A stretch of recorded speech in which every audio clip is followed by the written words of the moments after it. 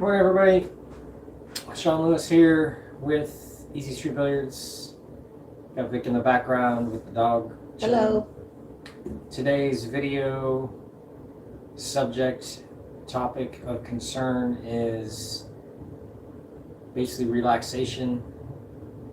I think a lot of people when they play matches, and I think this is most people really, they get nervous or feel some sort of anxiety, frustrations, etc., that are just not in their typical when they're just playing and messing around. And the whole topic of this is my feelings about how I get through those moments. I know last time I talked a lot about recognizing, that you're feeling some sort of way and then you can do something about it. And I'll tell you that kind of the way that I approach it is that you have to build in the potentials of what might happen and create techniques to deal with them, so that when you are in the moment, now you have a technique at your disposal that can help you deal with the actual situation that you're experiencing. So as far as dealing with being relaxed, I think that it's good to take a look at the things that make you be not relaxed, and then the things that do make you relaxed. I think that most people, when you feel like everything is going your way and you're in control, it's much easier to be relaxed. You see where you've been, you use that information, it's looking good.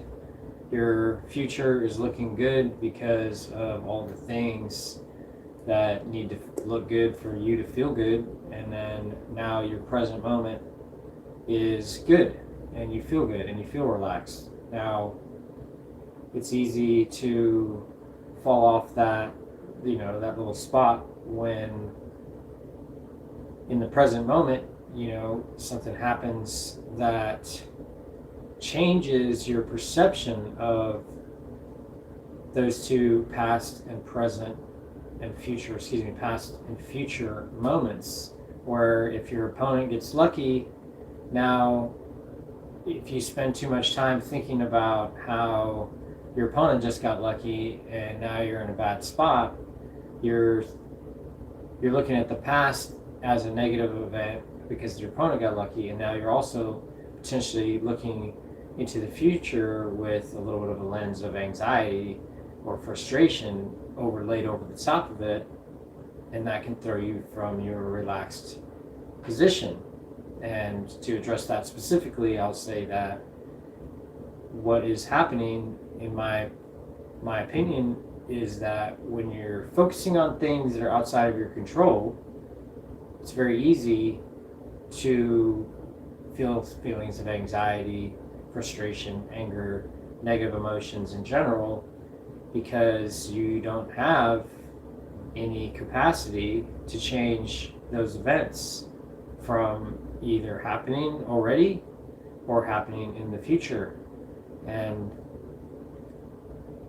part of the system that you have to develop is you have to have an awareness of what you can actually control and perceive that those things are really all that matters. Once you have played, your 10,000 hours of pool, and you've been in matches and competed, and maybe you have several thousand games in your Fargo, and you have an established Fargo, and you're like pretty seasoned and experienced player, and you're still feeling these feelings, then that means that your next stage would be to bulletproof your mentality in a way that eliminates exterior and out of your control happenings and awarenesses from affecting your emotional state. So I think that the number one thing that helps people be relaxed is to have proper breathing. And what's one of the things that I focus on extensively when I'm both at the table playing and when I'm away from the table not playing, because I believe for myself that any recognition of a regular breathing pattern is a sign or a symptom of my mind not being as comfortable, and maybe I'm gone into the future a little bit and I'm thinking about a potential situation that could go the other way for me, and maybe I will attach to that thought, and then now my stress levels start to go up because I'm experiencing a future event in real time. And if that event is a negative perspective event then maybe my physiology is going to change, and then my breathing may be interrupted, and then now I'm having an issue with my that's how you feel the emotions, because if you're not going to feel very deep rooted anxiety or anger or frustration when you are using a breathing pattern of a relaxed human being. You may sense the beginning of those things, but as long as you don't attach to those emotions, then it will go away very quickly. And that it's sort of an awareness thing where the better you can focus on your own breathing, the more you realize that the things that take you away from that are also the things that make you feel other feelings than you necessarily want to feel at that moment. Not to say that relaxation is a feeling particularly, it's just a condition of your body not having tension. But I feel like anxiety, frustration, and anger are tension creating, tension holding emotions. So we're sort of speaking towards the same types of things by talking about breathing and relaxation. We're also talking about tension, frustration, anger, and all that stuff. And as you see, and I'm going to use the whiteboard here a little bit, if you're talking about the process of your shot, so if you have, this is the length of time for your shooting, for one shot, for instance, and if your breathing is regular, we'll just do a sign when this is not, specific like 2 breaths per shot or anything like that. That's not really the point. The point is that if you are taking normal breathing and you have all this is going, this is the base layer, where if you are, say this is a different breathing, this is relaxed breathing, and now you have, heightened tension breathing, where maybe you're just breathing very shallowly and in through the chest, and now, or maybe you're taking these deep sighs occasionally, whatever. This is not the foundation for a proper pool. You need to have the oxygenation, and then you need to repel the carbon dioxide and all that stuff repeatedly, otherwise it builds up in your system and then it changes your ability to play and function properly. And whatever your pre-shot routine is going to be built over the top of the layer of your relaxed or heightened emotional condition, so that all these little steps in between in your routine are built off of the specific energy state that your breathing is sort of making you. It's not really that your breathing is your energy state, but it's that your breathing is an indicator of your emotional state in a lot of ways. And what I'm basically trying to explain here is that if you focus on this and having this be important, now these, the heightened emotional states are not going to be as often come across. And this is a lot of practice, where it's easy to get distracted and then forget about your breathing, and then you turn to this, and then you're still trying to enforce your process. I will say that if you take your breathing and you put that into your process and insert it however you like into different zones, where maybe you're going to take several intentional breaths during each of your shots, then you can enforce a layer of relaxation into your pool game. And then that then will, even though it may seem like extra, because if you're relaxed, it's not really something that you have to focus on. However, we're mainly speaking about situations which there are heightened emotions that are potentially going to occur. And as I stated previously, we need to develop techniques to deal with these heightened emotional states. And my belief is that you can build your game with those heightened emotional states being obviously things that can occur, because they do, and that we need to develop techniques to deal with them, and we need to habituate those techniques. So my basic fundamental premise here for y'all that are feeling too many feelings that you don't want to feel is that you have to build in the meditational mindfulness technique or breathing exercise or whatever into your pre-shot routine, so that you can then feel like you have more control of what's going on in your own mind, and then that can then lead you to having a more relaxed condition. And a little bit of this is like a paradox, obviously, because if you're feeling relaxed, then you're not necessarily going to need to feel like the need to do these breathing techniques while you're playing, or focusing on your breathing. However, the first sign of a heightened emotional state typically is that your breathing will change, your heart rate will change, and it's pretty known that you can control your heart rate through controlling your breathing, through controlling in your mind, so to speak. And it's difficult to remember when you're under these heightened emotional states that I was going to do this breathing while I'm playing, and I forgot about that. And then now once I get back to that, then I'll start playing better.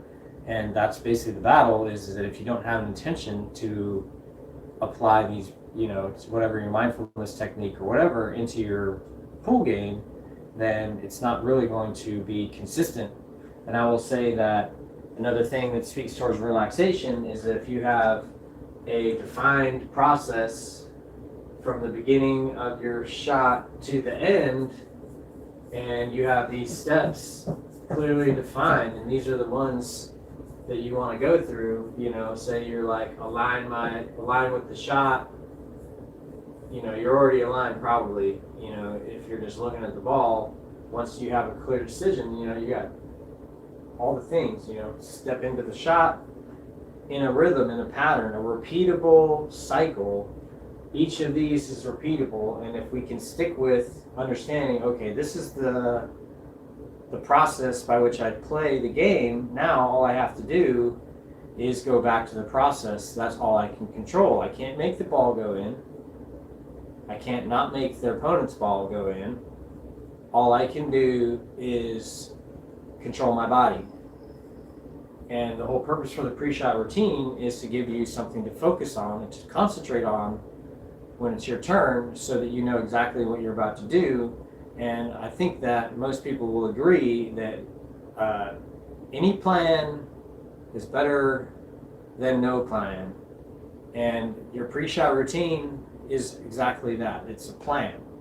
It's better than not having a plan. If you don't have it as detailed as I do, that's probably one of the reasons why I might be a better player than you, because I have spent more energy planning each shot in a non-specific manner, meaning the framework by which I play the game is more specific. Each individual shot is just whatever has to be done. You have a goal that you're going to accomplish from every single shot, and part of the routine of it is that if you make clear decisions about what you're trying to do, say, well, on the table, you're playing 9-ball. If you clearly decide, I want to play this ball into here, and then play position for my next shot, so that gives me the proper angle for the third ball. That's typical rotation or pool, is to play 2 to 3 balls ahead. so that you not only are looking at the moment that's in front of you, but you're also planning for the next 2 to 3 shots. And then each shot you're upgrading and you're moving down the line, and now that third shot is further down the road from where you started. However, you don't have to think about that necessarily from the beginning, because if the balls are available and open to be ran, now it's more of a thing where it's like, well, we know that if we just stay in line here and control our cue ball properly and make these object balls, then we were going to get to the last ball, and then that ball should be fairly routine because we've been planning properly with the amount of future sight and present moment awareness that we will get to that moment. And then when we're there, we'll be ready to do that thing because we're focusing on how we go about executing the plan, which is using a pre-shot routine of some sort and having that locked in. And you'll see that if you focus on building your pre-shot routine and executing on it as your primary activity when you're playing pool, that you'll be much more relaxed because you won't be focusing so much on winning, because winning is a product of executing your plan. And if your plan is just to win and you don't have any tools by which to do that, you're just going to try hard. You're going to fail against players that are better equipped with a better plan than you, even if their physical abilities are maybe not as high level as yours are. I think that is, one of the things that people think, well, talent gets you only so far, and that's true. Is talent only gets you to the point where discipline has to take over, and then anyone that has discipline will then overcome you at some point because they're actually building something, not just playing. And there's not much more to go on that whole process. As far as talking about relaxation, I would say that if you feel like you don't have control, and that's what makes you feel feelings of non-relaxation, then all you need to do is just learn how to have something to do that you can control in every single moment that exists, where you previously were allowing yourself to feel these feelings of non-relaxation and then let them grow and start resonating with them, and then eventually receive a negative consequence for your increased inability to execute because of the fact that you're falling off of your breathing, and now you don't get proper oxygenation in your blood, so your mind doesn't work as well, you don't think as well when you don't have the proper blood circulation. You may be walking around the table and your mind may be using extra oxygen, and if you're also have a low breathing rate and not taking in as much oxygen, then it's going to compound down the rack, and then that's where inevitably most people fail at the end of the rack, mostly because they ran out of air, not because you ran out of ability. And that is easily remedied over the long haul by inserting a new plan to make sure that we breathe enough all the time. In fact, breathe more than we really feel like we need to breathe, because it's better to have a little bit more oxygen than a little bit less, and that it's better to have a little bit more energy than have a little bit less, because then you have the ability to then use that energy productively. You can move around the table more easily and not run out of air, not lose your breath. I know it seems as though pool is not a cardio activity, but it absolutely is, because you're using your brain extensively when you play pool, and your brain uses a vast amount of oxygen and energy and glucose, and all those reactions are enhanced their ability and streamline their efficiency through proper breathing, because all those chemical reactions require oxygen. So focusing on breathing as a primary base layer for your routine is actually probably one of the best things that you can possibly do for your pool game, and not just that, but in your life in general. Because if you're feeling feelings of anxiety at any moment in time, that is the typical solution. Is to just be like, oh, okay, well, I'm feeling these feelings.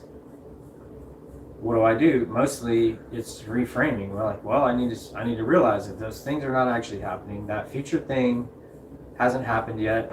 nor will it ever happen exactly the way that I'm envisioning it now.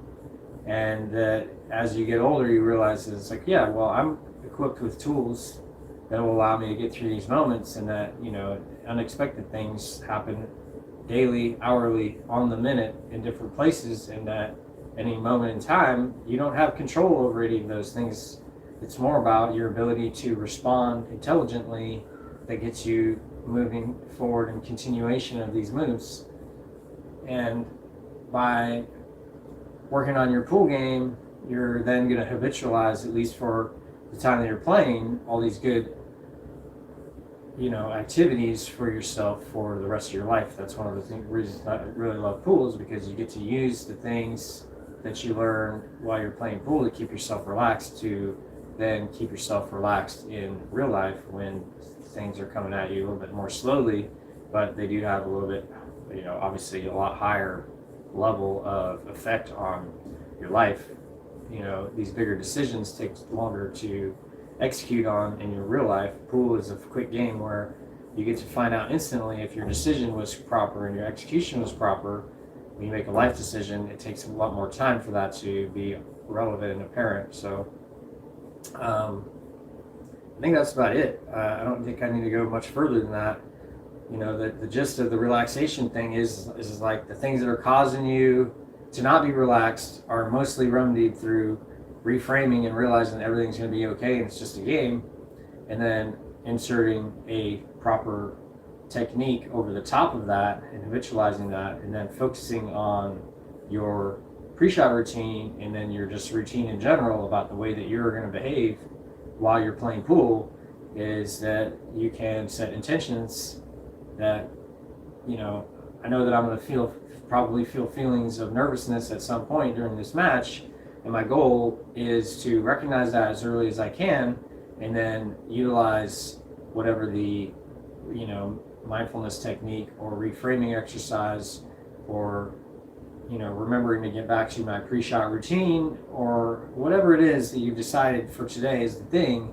And then now you're creating an empowerment activity for yourself that will then reduce those negative feelings. And that's pretty much it for today. Do we have any comments? No comments. Okay, well, we're going to wrap it up because we got stuff to do today. And I hope you all got some benefit from this video. Thank you very much. As a reminder, always the school group that we have, growing, pin comment. Please comment in the group, create a little bit of buzz around it if you want to. We're going to continue to put time and energy into that as we have, and it's more of a community group. We are not really directing it, so to speak. We would prefer that other people got in there and used it as an alternative to social media to help themselves improve at pool, so they can avoid some of the negative social media type things that are happening and focus more on the important things, which is how good we play pool and how we're getting better at that, and we're spending more of our energy on that. And the school group is designed as an alternative where we can use that as a forum to grow, and you can post your wins there, you can post any of your struggles there. If you have questions to ask, I know there's over 50 members at this point. Not all of them are going to log on regularly. I know that there are several of us that do, and anybody that posts a question will definitely get a response within, you know, a day or two. And I would believe that I think that most players could get a lot of benefit out of actually utilizing that open forum to get information from other people. So I am urging people to get involved with that school group, just for the purpose of being a little bit more involved in the community, and then that can help you then, okay, well, if I'm looking for different techniques, what is people using? That's a question to ask the school group. It's not something necessarily that there's any particular direction for it. Also, if you guys like the merch, get on the ESP website, check it out. We're doing YouTube competitive streaming, etc. all the time when we can. And have a great day. I think that's going to be it.